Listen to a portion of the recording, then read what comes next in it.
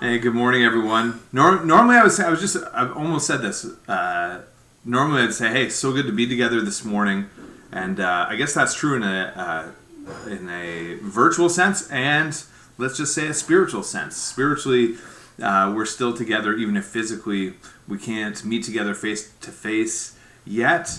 But I hope you guys are doing well. And it was such a nice day yesterday. We enjoyed it as a family. We were outside most of the day, all day. I'm digging holes in my yard. Emma just points to a place, and then I dig a hole in that place, and then the kids jump in that hole.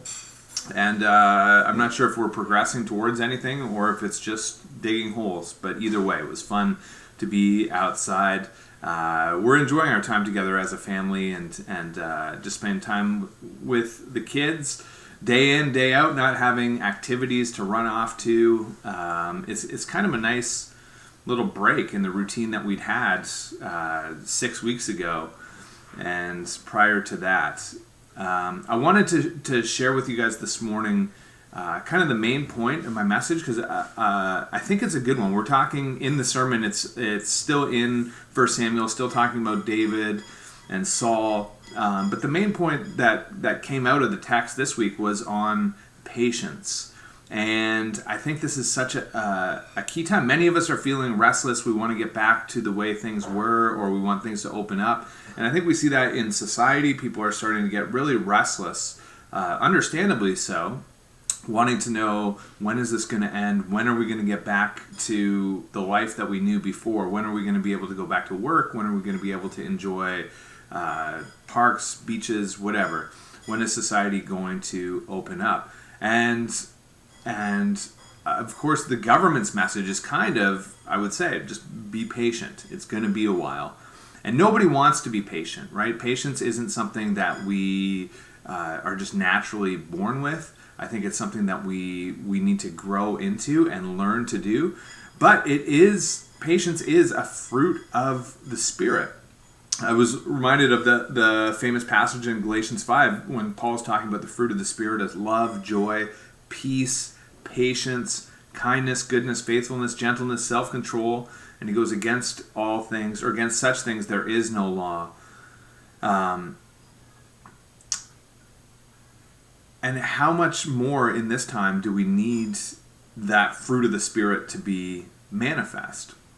One of the things I've been reflecting on, and I did bring this out in the sermon, but I just want to double highlight it, not just in the sermon but here, is that I think being patient is really helped when we're not focused on the thing that we're being patient for. And often we can live in this kind of like with a future mindset where we're hoping for, waiting for something to arrive or something to be realized. In the case of our society right now, it's like, when is society going to get back to normal? And we can live in this place where our focus is on that, is on the realization of this thing that's in the future. But the thing that helps us, I think, to be patient, at least I found this at a personal level, the thing that helps me to be patient is to actually not focus on the someday, on the thing that's going to be realized, on the promise or the thing we're hoping for, but to focus on the moment that we're living in right now. So to shift our focus from the someday to the right now. And so the question I find myself most satisfied with, or the question that I can find most fulfilling, is simply, what's around me right now? Where am I in this moment? How am I present in this moment? And often gratitude comes from that. It's like, wow, this is amazing. Or a sense of awe or wonder can come in that moment, where I'm not hoping for this next thing, but I'm just living in this moment. And the reason I think that helps with patience is that it kind of shifts the focus. It's like we're not waiting for something, we're living in this moment. And time will unfold as it will unfold. Society will go back to normal in due time, in the time that it's going to happen. And there's not much that any one of us can do as individuals to make that happen. But what we can do is move our perspective onto where we are in this moment. And so I'd encourage you, as you go through your day today, as you go through your week that's coming up, we don't know how long this is going to last in terms of our self-isolation, quarantine, all that kind of stuff. We don't have control over it. But what we do have control over, to a certain extent, is what we focus on and where we place our perspective. And so my encouragement is to place your perspective, or spend time practicing moving your perspective onto the immediate, onto the present, onto the moment. And where gratitude comes, where a sense of wonder comes, then enjoy that moment. But live in the moment. And I don't want to be cliche or a carpe diem type of thing, carpe diem. But I really do think that it does help with waiting for something to arrive. If we're not just like fixated, like Hunter this past week was waiting for some books to arrive from Amazon or Chapters or something. And he's like, every day he's focused on the mailbox. He's looking at the mailbox. He's like, any car that comes down our street, he's like, is that the delivery? And let me tell you, it didn't help him to wait well.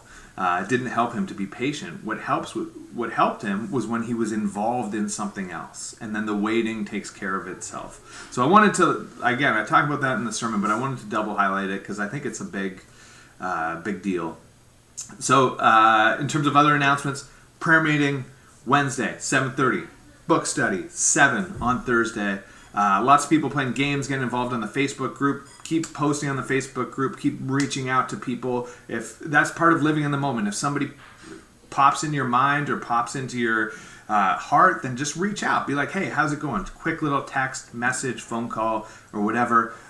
Giving, tithes and offerings can be made at centralkw.ca/giving. That's it. Okay, guys, have a great week. If anyone needs to reach out, don't hesitate. Bye-bye.